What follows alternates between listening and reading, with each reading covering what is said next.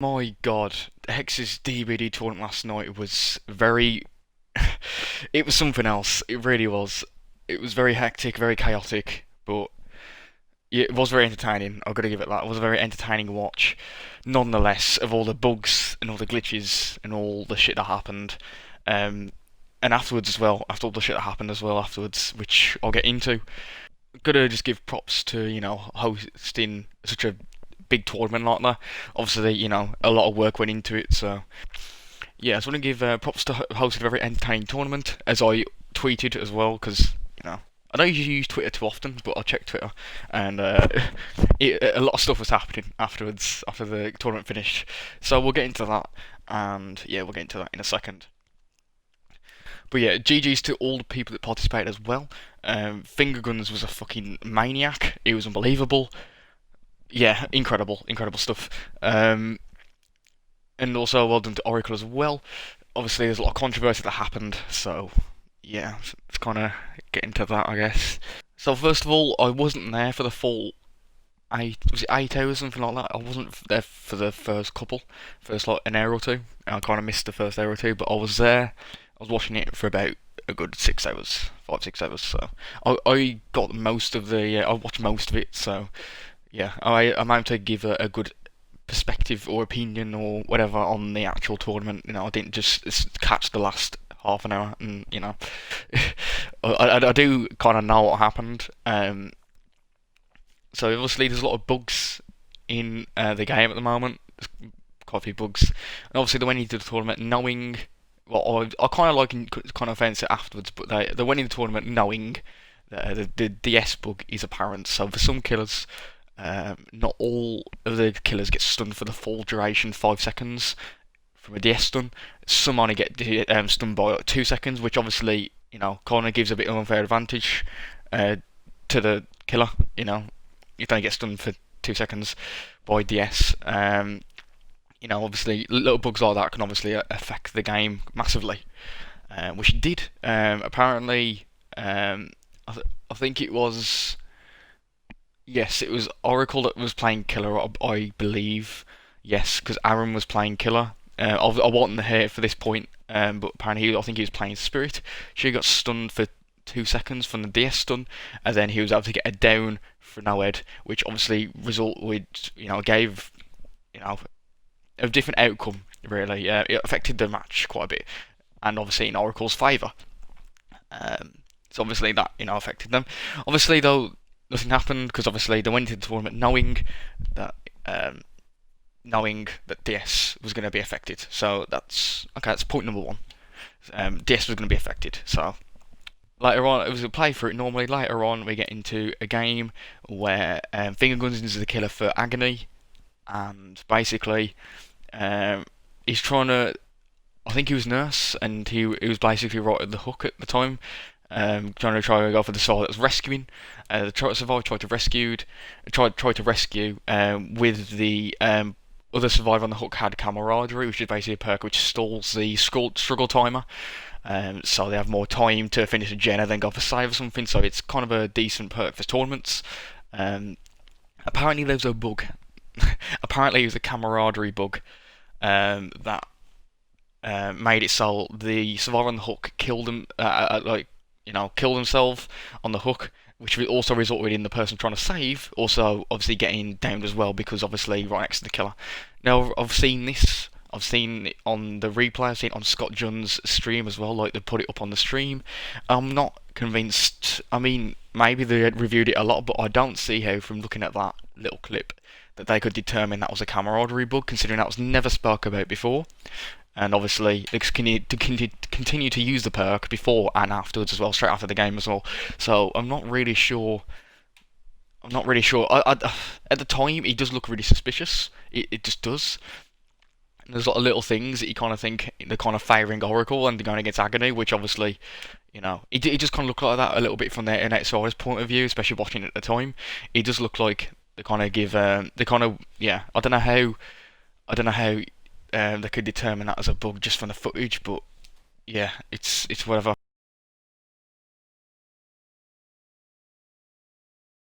Okay, so his body blocked, and then he stopped struggling. I don't know. I'm sorry. How does that confirm it's a bug? How does that confirm it's a bug?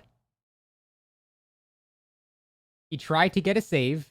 Nurse body blocked the prompt, and then wait, how the fuck does that prove it's a bug? He literally just stopped pressing the button because he thought he was getting saved.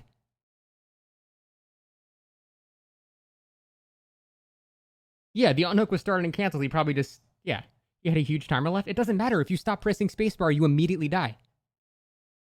There is no way you could prove that's a bug. There is zero chance that you can prove that that was a bug.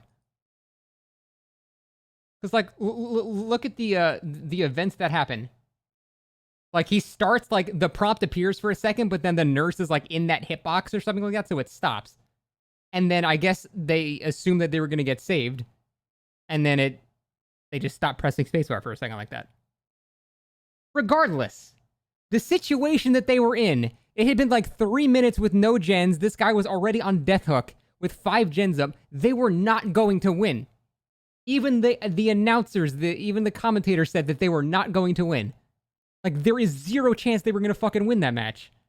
So it doesn't matter. Even if that was genuinely a bug, they should have at least equaled it out because they already won because of a bug. So basically, they determine it as a bug, they review it after the game, and then decide to restart. Now, this is a bit I don't really understand because I really don't know if a restart should have occurred. Obviously, Oracle were in a bad situation anyway in that game. They were going to lose anyway. So, you know, it just kind of seemed like Oracle kind of put out the, oh, it was a bug, we need to restart, you know, obviously being sort of losers. It did kind of seem like that at the time. Maybe they found a way to determine it was a bug. I don't know. But it just doesn't seem like they could have just on that clip. Because obviously, if you watch it, the survivor looks like they're about to get saved, so they'll probably let go of spacebar, but obviously the killer was kind of blocking it, so, you know, it's very hard to tell if it was a bug or not. It's, yeah, not so sure about that one. So they're forced to restart, which obviously Agony are very, very, you know, Agony are very pissed off about. Oh yeah, I can imagine pissed off about that, considering Aaron's then tweeted out afterwards that he knew about the camaraderie bug, and that since no one else uses the perk, no one's going to know about it. So if Aaron knew that the camaraderie thing bug was a thing, then why wouldn't it have been brought up before the tournament? And why was it just a thing in that game? Like, it's only a thing. If it was a bug, you tend to see it in like more than one game. But the fact is, like, the fact is that like it literally just happened in that game. It seemed like they were trying to make it convenient for them. It just seemed like that, considering apparently the glitch only happened at that time, that once, and I mean, why wasn't it brought up beforehand? If DS was a perk that was allowed in the tournament and that was bugged, and it was fine, and like now restarts, then why was a camaraderie bug occurred, but that was a restart? That doesn't really add up, does it? It doesn't really add up. Like, why would they force a restart from a perk bug? But I don't know. It just seems like Oracle were kind of, you know, kind of favouring towards them, and personally, I think the right team in the end won. Agony definitely deserved it. They played way more matches than they should have, and it like that DS bug earlier on in the tournament kind of like extended the tournament like a few hours. So yeah, it was something else. It really was. At the time, where you got to watch it at the time, like it did just seem like it was kind of favouring Oracle, and they were trying to, you know, trying to make it suit them, you know.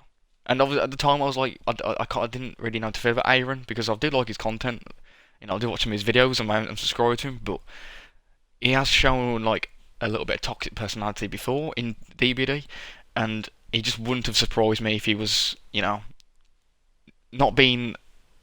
Not showing great sportsmanship, but then you can't just blame it on him. It probably was a team collective, so you can't really blame it on him. Obviously, he's not the only person in the team.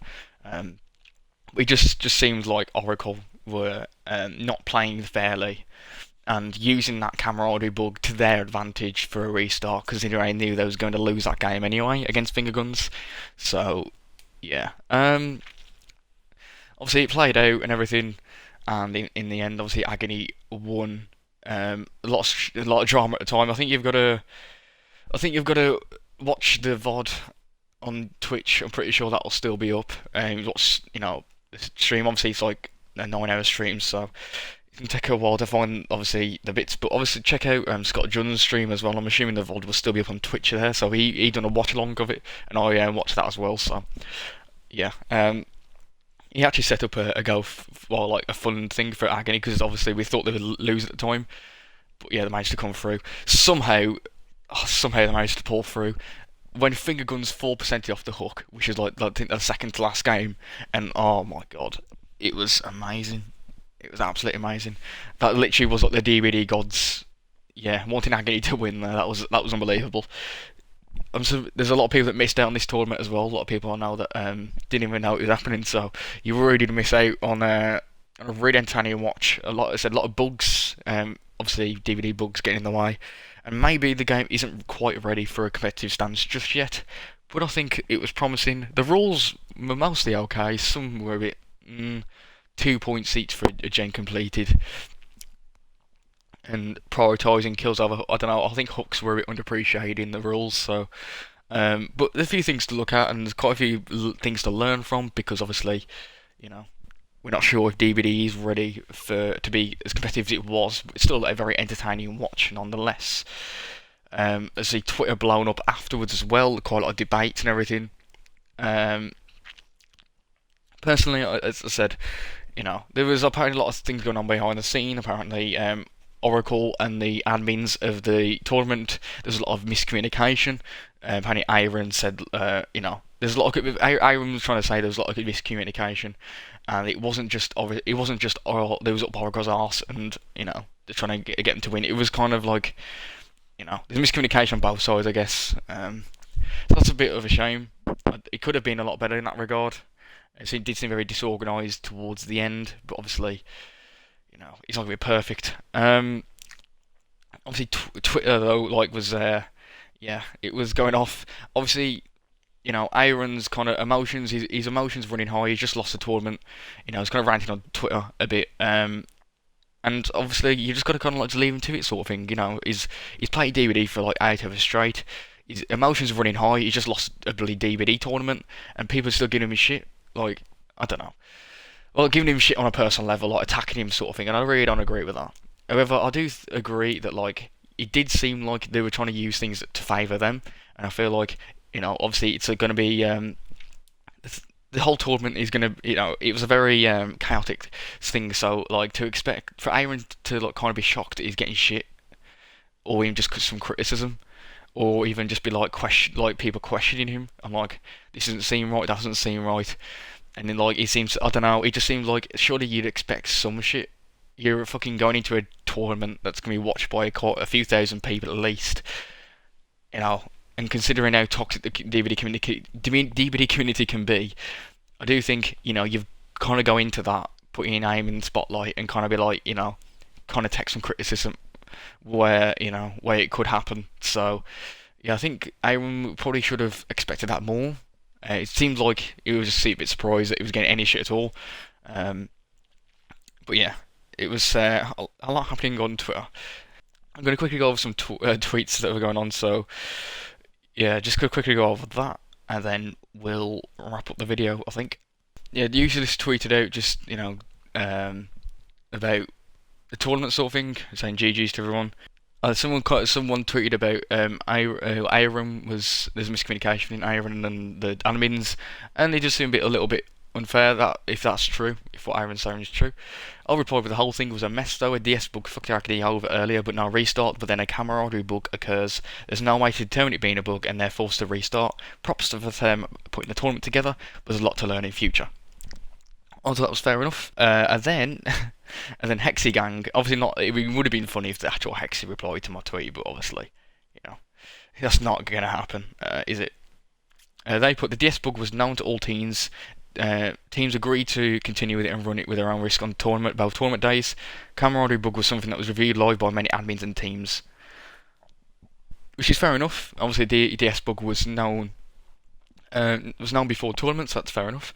I just kind of took a step back a little. I didn't didn't want to come across as like hating or anything. I just put, right, okay.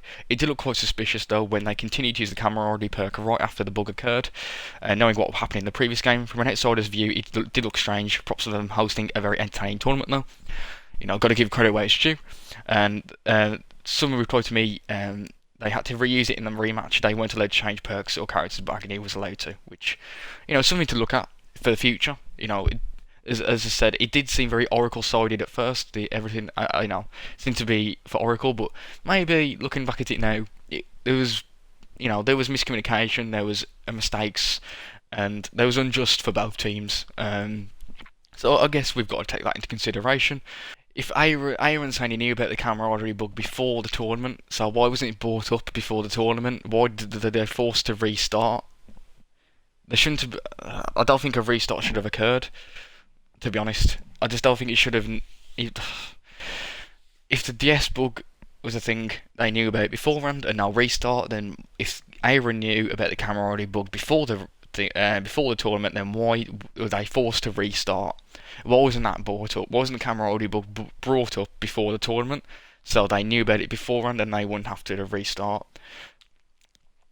Plus, I think the survivor going for the save in that particular moment in time anyway was obviously when that bug occurred was probably not their best of moves, but yeah, I don't know. It's a hard one.